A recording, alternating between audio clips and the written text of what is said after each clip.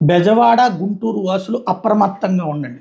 Cloud బర్స్టులు ఒకవైపు, నగరాల చుట్టూ ఇప్పుడు ఈ రాజధాని ఇంపాక్ట్‌తో వెంచర్లు ఎక్కువగా వేసేయడం, రియల్ ఎస్టేట్ వెంచర్లు. ఆ భూములన్నిట్లల్లో ఇవి వేసేయడం వల్ల ఈ డ్రైనేజ్ సిస్టమ్స్ ఇవన్నీ ల్యాప్స్ అయినాయి. ఎక్కడ డ్రైనేజీ క్లోజ్ అయిపోయిందో తెలీదు, ఎక్కడ డ్రైనేజీలు ఉన్నాయో తెలియని పరిస్థితి వచ్చింది. ఇదివరకు సహజ జల ప్రవాహాల్లాగా వెళ్ళిపోయేటటువంటి ప్రాంతాలలో ఇప్పుడు లేఅవుట్లు వేయడం వలన ఎక్కడక్కడ స్ట్రక్ అయిపోయినాయి. అందుకనినే విజయవాడ, గుంటూరులో ఎప్పుడూ లేని చోట్ల కూడా వరదలు రావడం. అంటే లైక్ నిన్న కాజా టోల్గేట్ దగ్గర వరదలు అంతకుముందు ఏనాడు లేదు. దాదాపు 30-40 ఏళ్ల నుంచి ఎప్పుడూ లేదు.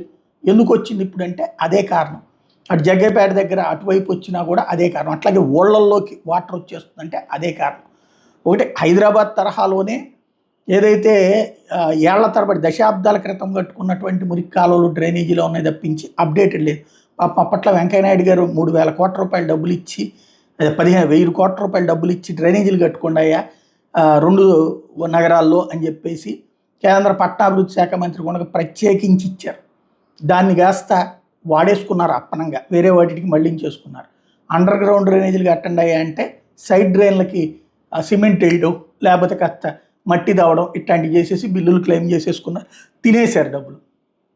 పర్యవసానం ఓ systematic underground drainage system లేదు. కొన్ని ప్రాంతాల్లో చేశారు, ఒక 10% ఏరియాలో చేసి ఉంటారు, మిగతాదంతా. దాంతో నీళ్ళైతే వర్షపు నీళ్లు ఎక్కడికి పోవాలో తెలియని పరిస్థితి.